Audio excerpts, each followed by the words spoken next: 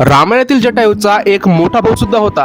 त्याने श्रीरामांची व बाकी वानर सेनेची कशी महत्त्वपूर्ण मदत केली हे कदाचित तुम्हाला माहिती नसेल. याची नोंद वाल्मिकी रामायण किष्किंधाकांड सर्ग 56 ते 58 दरम्यान सापडते. जटायू आणि संपाती हे दोघे अरुण यांचे पुत्र होते. अरुण हे सूर्यदेवांचे सारथी म्हणजे हे दोघेही गरुडवंशीय होते. दोघेही पर्वत एवढ्या आकाराचे, आकाशात उंच भराई घेणारे शक्तिशाली पक्षी होते. लहानपणी जटायू आणि संपाती सूर्याजवळ उडायला गेले.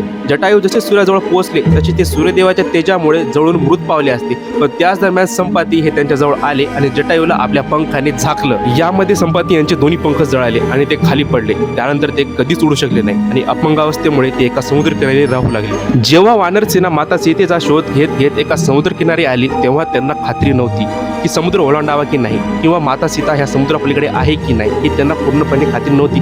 आणि त्याच वेळी त्यांना संपाती तिथे भेटतात. पंख नसलेल्या वृद्ध आणि अपंग संपातीने वानर सेनेला एक महत्त्वपूर्ण रहस्य सांगितले. ते म्हणाले, मी माझ्या भस्म झालेल्या डोळ्यांनी थेट लंकेपर्यंत पाहू शकतो. माता सीता तिथेच आहे. त्यांनी वानर सेनेला योग्य दिशा दाखवली, ज्यामुळे हनुमानाने समुद्र ओलांडून माता सीतेची भेट घेतली. जरी संपाती उडू शकले नसले तरी त्यांच्या एका माहितीमुळे राम कार्य पुढे सरकलं. मित्रांनो, जर तुम्हाला अशा प्रकारच्या रंजक, ऐतिहासिक, आध्यात्मिक आणि गूढ गाथांची आवड असेल तर एरॉस वार्ताला नक्की फॉलो करा आणि कमेंटमध्ये जय श्रीराम लिहिल्याशिवाय जाऊ नका.